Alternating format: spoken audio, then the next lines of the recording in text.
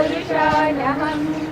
अश्वपूर्वामृतमध्याम् हस्तिनादप्रबोधिनीम् श्रियं देवीमुपह्वये श्रीमादेवी जुषताम् कांसोऽस्मितां हिरण्यप्राकारां माद्रां ज्वलन्तीं तृप्तां तर्पयन्तीं पद्मे स्थितां पद्मवर्णां तामिहोपह्वये श्रियम्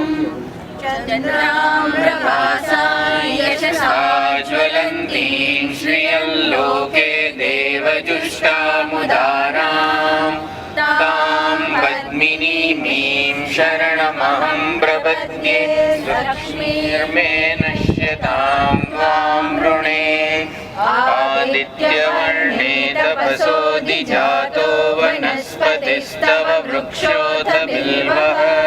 तस्य फलानि तपसानुदन्तु मायान्तरायाश्च बाह्या अलक्ष्मीः उपैतु मां देवसखः कीर्तिश्च मणिना सह प्रादुर्भूतोऽस्मि राष्ट्रेऽस्मिन् कीर्तिवृद्धिं ददातु मे क्षुत्पिपासामलान् ज्येष्ठामलक्ष्मीं नाशयाम्यहम्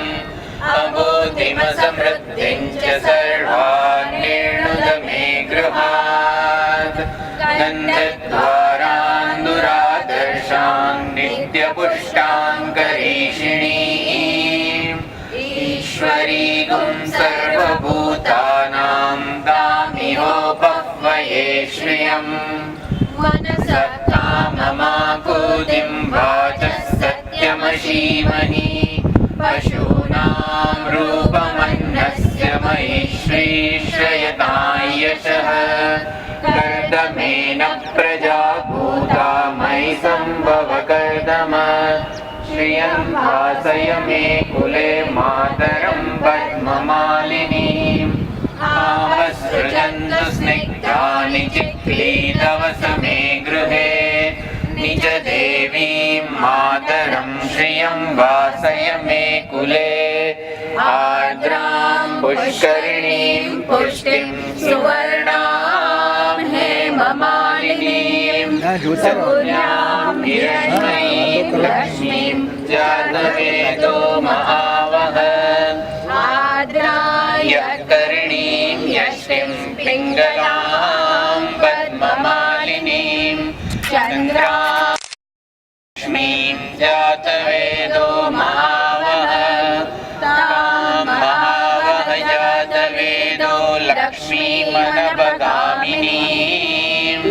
यस्यां हिरण्यं प्रभूतं गावो दास्योश्वान् विन्देयं पुरुषानहम् पद्मप्रिये पद्मिनि पद्महस्ते पद्मालये पद्मदलायताक्षी विश्वप्रिये विष्णुमनोनुकूले त्वत्पादपद्मं मयि सन्निधस्व श्रिये जातश्रिय आनिर्याय श्रियं वयोजनितृभ्यो दधातु श्रियं वसाना अमृतत्वमायन् भजन्ति सद्यः सविता विदद्योन श्रिय एवैनन्दश्रियामा दधाति सन्ततमृजावशकृत्यं सन्धत्तं सन्दीयते प्रजया पशुभिः य एवं वेद ॐ महादेव्यै च विद्महे विष्णुपत्न्यै च धीमहि तन्नो लक्ष्मीः प्रचोदयात् श्रीर्वर्चस्वमायुष्यमारोग्यमाविधाच्छोभमानं महीयते धान्यं धनं पशुं बहुपुत्रलाभं शतसंवत्सरं दीर्घमायुः